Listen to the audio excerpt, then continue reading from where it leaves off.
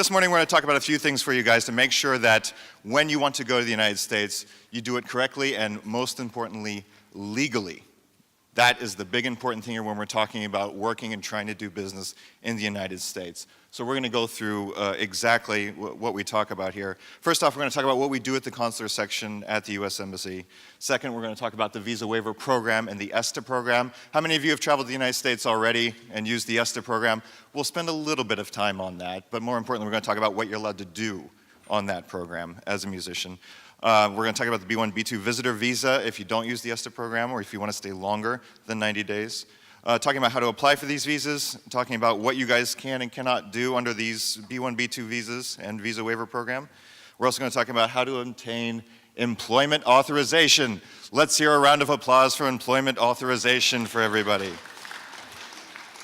And then we're going to make sure we have enough time to take questions, and we're going to try to go through this a little quickly, and then everyone can signal me when I need to get off the stage, so I don't take too much time for you.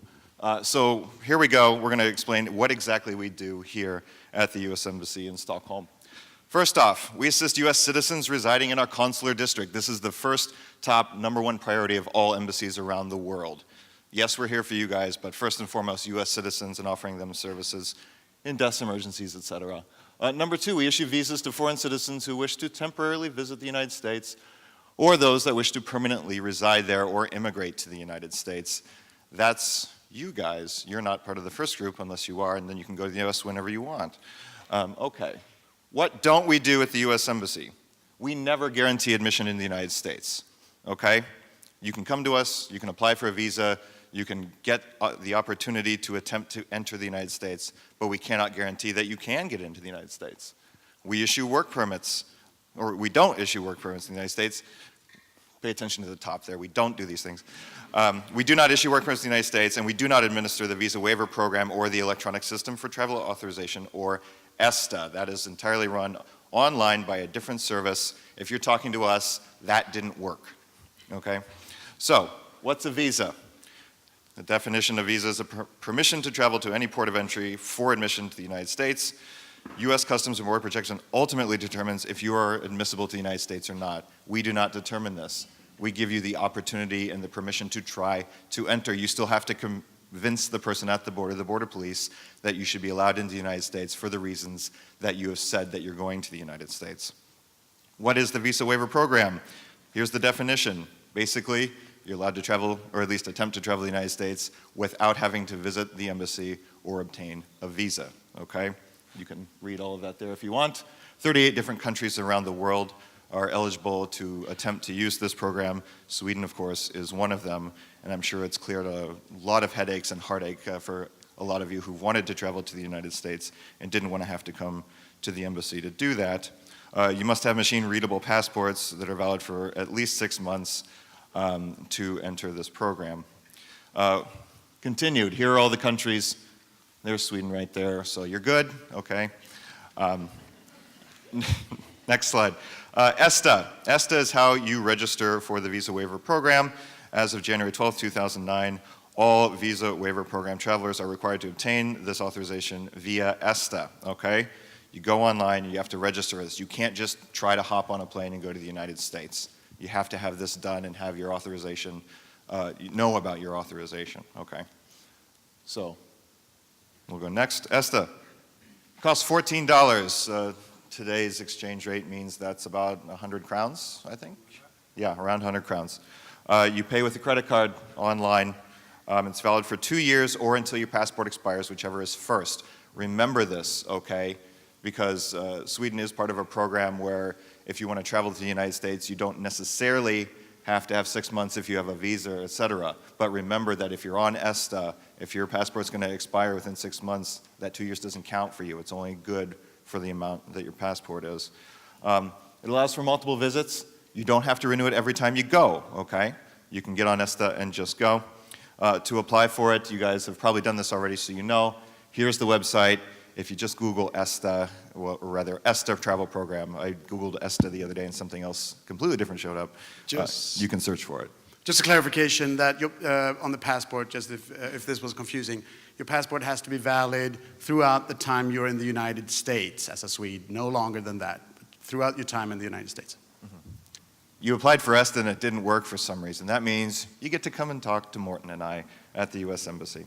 And you're probably, this is one of your options, but you're probably going to look at having a B1, B2 visa.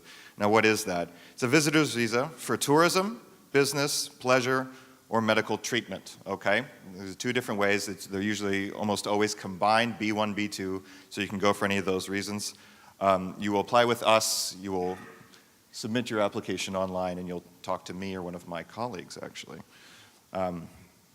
Everything you need to apply for this is on our website, sweden.usembassy.gov/visas. I mean, you'll find the .html if you want to do that, but once you get to our website, visas is very clearly on the page, and you can find out exactly how to apply for that. So to do that, you need to fill out your online DS-160 form. Make sure you have all the required items on the list. Bring information that you think shows that you qualify for this visa. You book an appointment online with us and bring the documents to the interview. If you're approved, you'll receive your passport within 5 business days, 7 regular days, we usually say.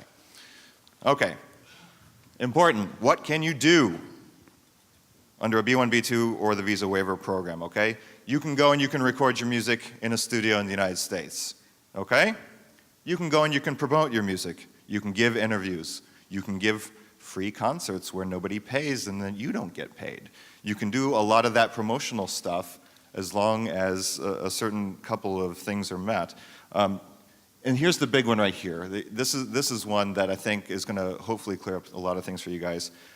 Performing for no pay for you, completely free. You're giving a free concert to people who have not paid an admittance fee, okay?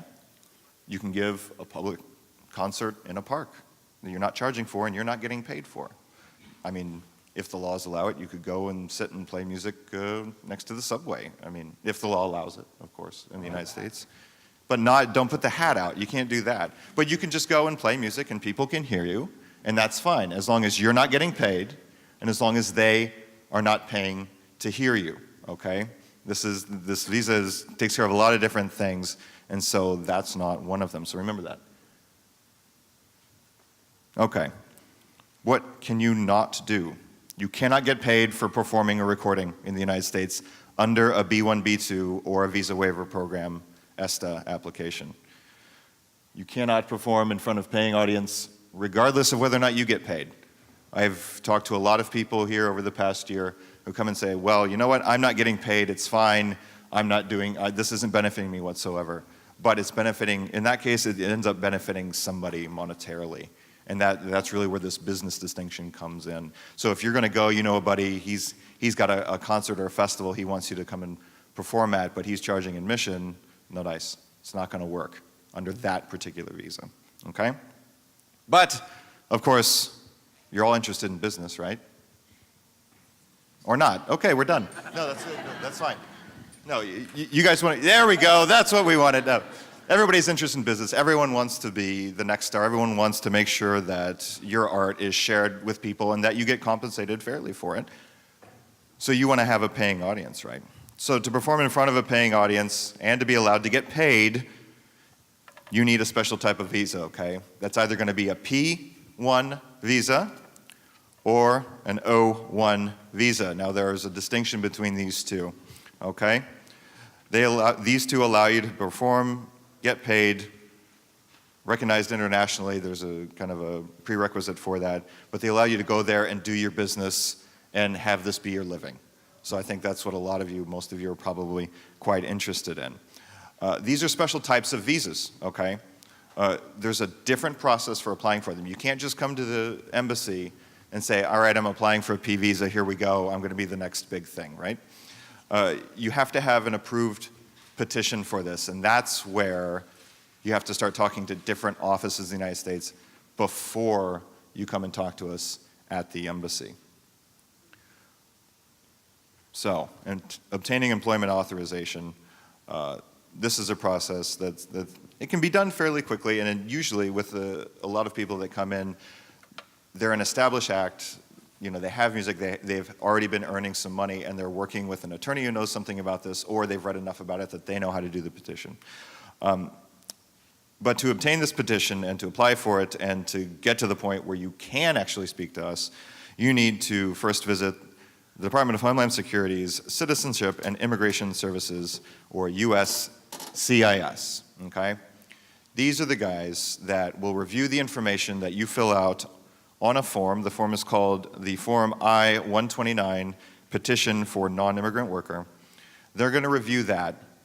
You're going to tell them what exactly you want to do. You're going to tell them who you know in the United States. If you have contacts there, you're going to tell them, I'm going to do a 10-city tour because everybody loves my YouTube video and I know that I've promoted it, so I'm going to do this tour. I've got the support. I've got everything else. I'm internationally recognized. You're going to submit proof that you are recognized as a performer, as an artist. And you're going to send it to them, and they're going to review it, okay? We at the embassy are not going to review this on the first step. The United States Department of State does not review this on the first step. It is Citizenship and Immigration Services that takes care of this, okay?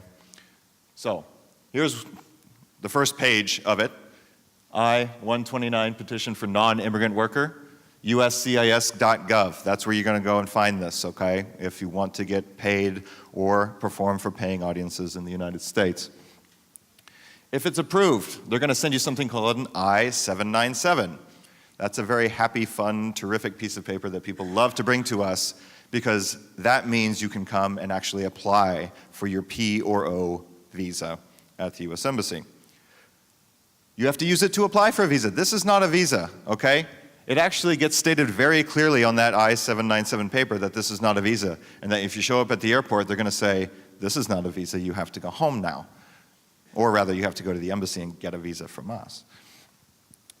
With having that, you have information on it, you'll get it, you'll be ready to start the process to actually apply for a visa with us. You'll go back to our website, you'll book an appointment like you would have for a B1, B2 visa. You'll say, well, I'm applying for a P visa because I'm a performer, or I'm applying for an O visa, which means I'm an internationally known extraordinary person in my field. Okay, performer visas are the ones of people who are going over and they're really going to make it. They're really connecting with an audience in the United States. They've got the connections and got over that kind of first level of merely going over and just promoting an album or recording it, okay? So we're kind of talking about different levels of renown in that sense.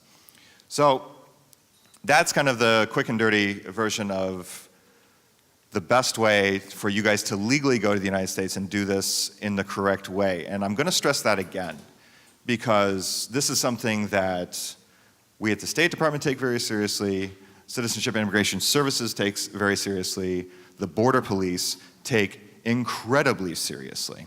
You go to the United States, who here has traveled on ESTA and have gotten a lot of questions if they happen to say something, well, you know, I might do some part-time work or help somebody out, you know, and they will stop you. No, you cannot do that. They're going to question you a lot. It is very serious. They take it. It is a very important issue in the United States to make sure that you use your visa correctly and lawfully.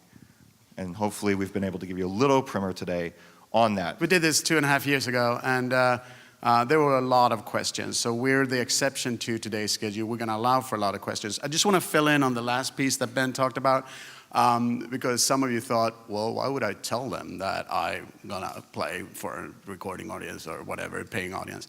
Well, the thing is, if you lie to an immigration officer and you come later on in stage, you want to travel, and we see, well, you know, here's a poster of you performing at Lollapalooza or whatever. Boom, you lied to an immigration officer. You can't come in again, ever. So it's serious. It's literally no ESTA, no nothing. That just to let you know. It's easy to find. Having said that, we want you to come to the United States and perform. And so we're happy to take questions now on that topic if you have any.